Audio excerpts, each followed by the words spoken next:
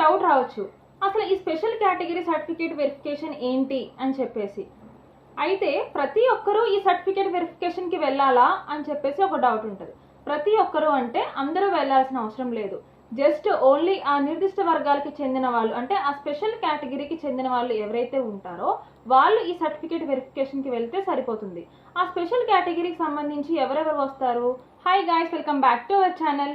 AP IIIT 2026 special category వాళ్ళకి certificate verification details అయితే ఈ వీడియోలో క్లియర్గా ఎక్స్ప్లెయిన్ చేస్తాను. ఈ వీడియోని ఎక్కడ స్కిప్ చేయకుండా లాస్ట్ వరకు చూడండి. అండ్ అలాగే మీకు ఈ వీడియో ఇన్ఫర్మేటివ్గా ఉంటే షేర్ చేయండి అండ్ అలాగే లైక్ చేయండి. మన ఛానల్ని సబ్స్క్రైబ్ చేసుకోండి. Let's go into the video. ఈ వీడియోలో ముందుగా మీకు 5 పాయింట్స్ అయితే చెప్తాను. First point, special category certificate verification update. Second point, certificate verification dates. Third point, వెరిఫికేషన్కి వెళ్ళాల్సిన location. Fourth point, required documents. And అలాగే ఫిఫ్త్ పాయింట్ వచ్చి కామన్గా స్టూడెంట్స్ అడిగే కొన్ని క్వశ్చన్స్కి అయితే ఆన్సర్ చేస్తాను. ఈ వీడియోని ఎక్కడ స్కిప్ చేయకుండా లాస్ట్ వరకు చూడండి. ఇప్పుడు మనం ఫస్ట్ పాయింట్లోకి వెళ్ళిపోదాం. ఫస్ట్ పాయింట్ ఏంటి? Special category certificate verification update. మీకు ఒక డౌట్ రావచ్చు, అసలు ఈ స్పెషల్ కేటగిరీ సర్టిఫికేట్ వెరిఫికేషన్ ఏంటి అని చెప్పేసి. అసలు నార్మల్గా మెరిట్ బేస్ మీద మనకి సీట్ అనేది తీస్తారు.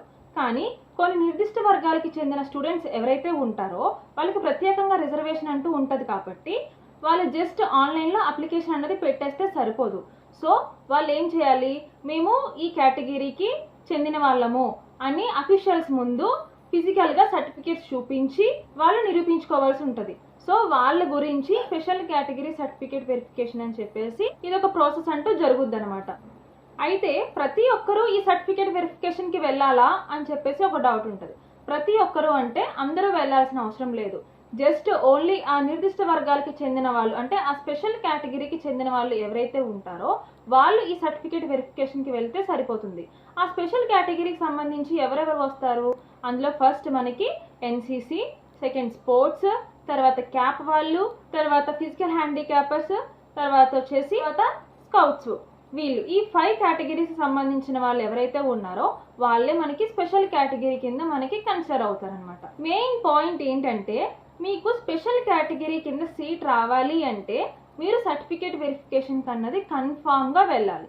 100కి 100% మీరు సర్టిఫికేట్ వెరిఫికేషన్కి వెళ్తేనే మీకు స్పెషల్ కేటగిరీ కింద సీట్ అన్నది కన్సిడర్ చేస్తారు. సెకండ్ పాయింట్ ఏంటి? Verification dates. ఈ 5 కేటగిరీ వాళ్ళకి డేట్స్ అనేవి కొన్ని రిలీజ్ చేశారు. కేటగిరీ వైజ్ ఎవరు ఎప్పుడు వెళ్ళాలి అనేది నేను క్లియర్గా చెప్తాను. మనకి ఈ వెరిఫికేషన్ డేట్స్ వచ్చేసి జూన్ 5th నుంచి జూన్ 8th వరకు జరుగుతాయి. అంటే 4 days జరుగుతాయి.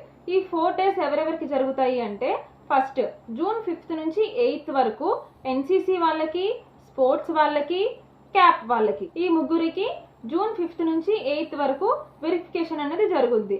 ఇంకా స్కౌట్స్ వాళ్ళకి వస్తే ఓన్లీ జస్ట్ జూన్ 8th ఒక్క రోజే వాళ్ళకి సర్టిఫికేట్ వెరిఫికేషన్ అనేది జరుగుద్ది. ఇలా ఈ 4 కేటగిరీ వాళ్ళకి జూన్ 5వ తేదీ నుంచి జూన్ 8వ తేదీ వరకు సర్టిఫికేట్ వెరిఫికేషన్ అనేది జరుగుద్ది. ఇంకా ఫిజికల్ హ్యాండిక్యాపర్స్కి సర్టిఫికేట్ వెరిఫికేషన్ అనేది జరగదా అంటే వాళ్ళకి సదరన్ బేస్ మీద వాళ్ళ సర్టిఫికేట్స్ అనేవి వెరిఫై చేస్తారు అఫీషియల్స్. సో వాళ్ళు ఫిజికల్గా సర్టిఫికేట్స్ అనేవి వెరిఫై చేయించుకోవాల్సిన అవసరం లేదు. మిగిలిన 4 కేటగిరీకి చెందిన వాళ్ళు ఎవరైతే ఉన్నారో వాళ్ళు ఫిజికల్గా సర్టిఫికేట్ వెరిఫికేషన్ అనేది చేయించుకోవాలి. ఇప్పుడు థర్డ్ పాయింట్ చూద్దాం. థర్డ్ పాయింట్ ఏంటి? Verification location. మీకు ఎక్కడికి వెళ్ళి సర్టిఫికేట్ వెరిఫికేషన్ చేయించుకోవాలి ఫిజికల్గా అని చెప్పి ఒక డౌట్ ఉంటుంది.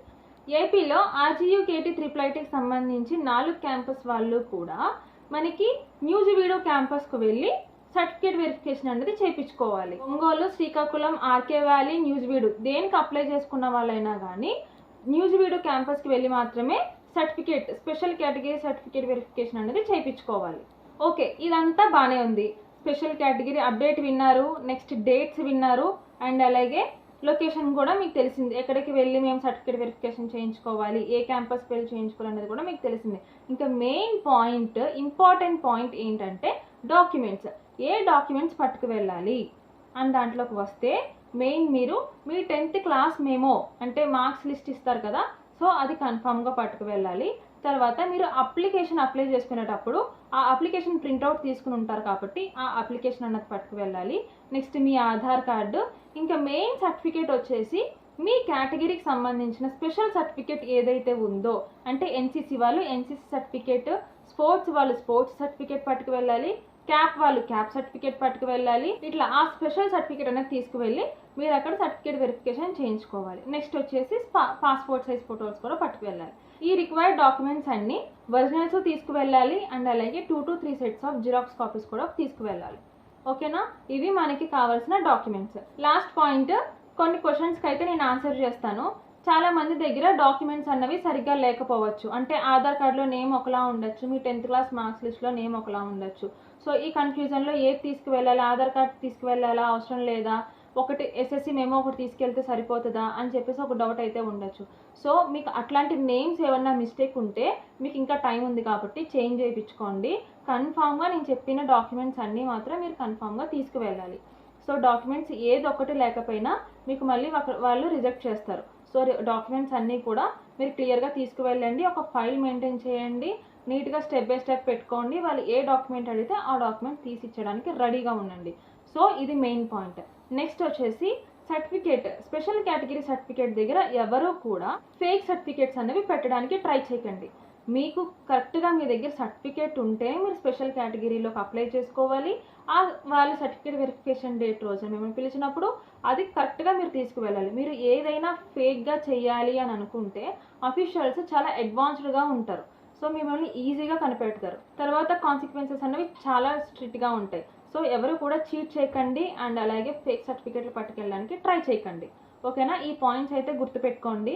ఇంకా మీకు ఏమన్నా ఈ వీడియోకి సంబంధించి స్పెషల్ కేటగిరీ సర్టిఫికేట్ వెరిఫికేషన్కి సంబంధించి ఏమైనా డౌట్స్ ఉంటే నాకు కామెంట్ సెక్షన్లో కామెంట్ చేయండి. Thank you for watching. Please subscribe my channel.